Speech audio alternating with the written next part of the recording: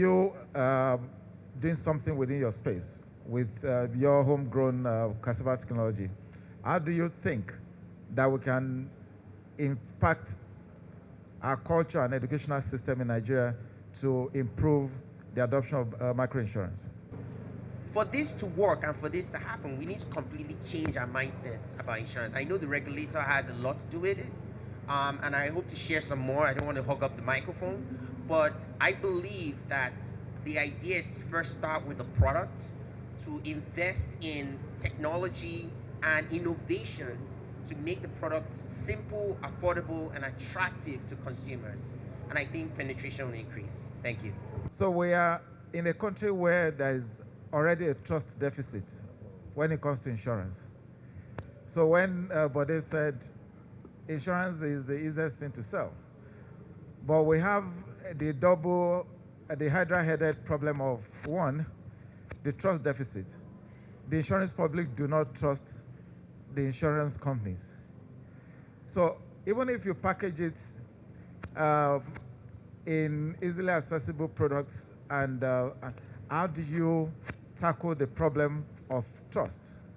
We insure people's lives, meaning that if something were to happen to you, then we would pay a sum assured to your loved ones who will enjoy the benefit of that policy. Like you rightly said, there's a trust issue in the insurance sector, and that trust is born out of several things.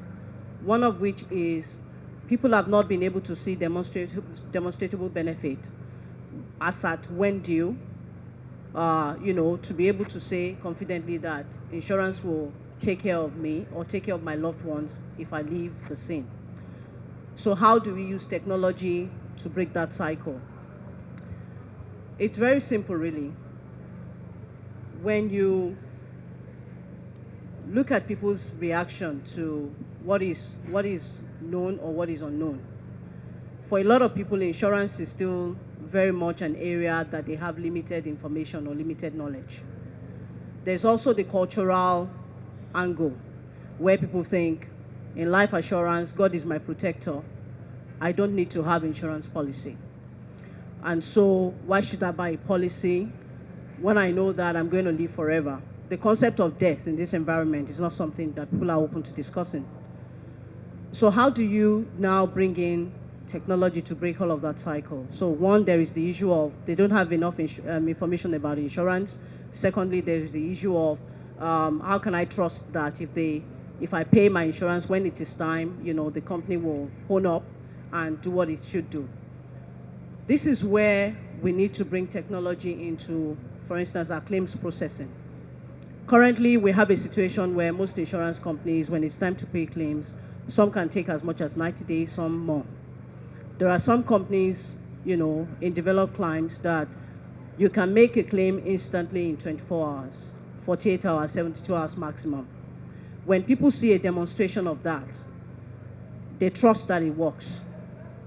And so when we bring technology into our processes so that it's easy to underwrite, it's easy to do the claims process, and within a short turnaround, people can get benefit out of their contracts, or their beneficiaries can derive benefit from their contract. It's only a matter of time before someone says to another, look, when my dad died, the insurance policy he took out ensured that I had a good education. And so I can vouch for company X and Y that if you buy a policy with them, they will honor that contract if anything were to happen to you.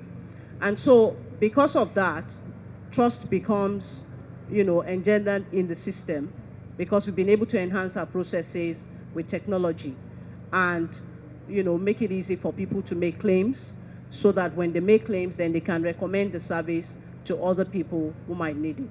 So that's one area that I think technology can play in, enhancing processes within the insurance sector so that we are transparent as much as possible and make it easy for people to onboard and also to have access to their benefits going forward.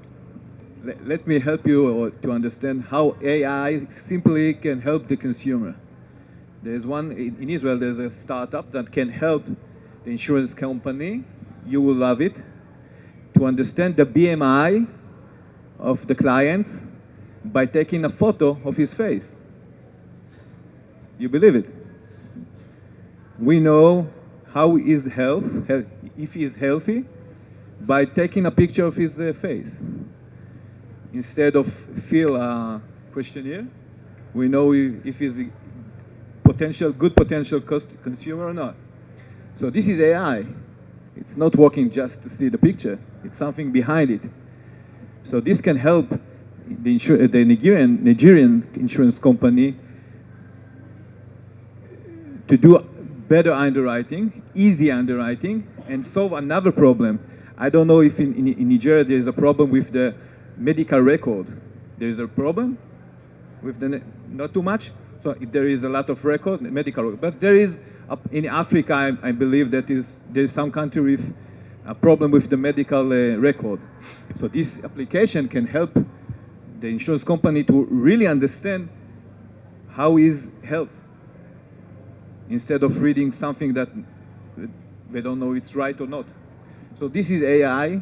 It's one simple, but this is AI and how AI can help how the insurtech can help the insurance company and the client to go forward.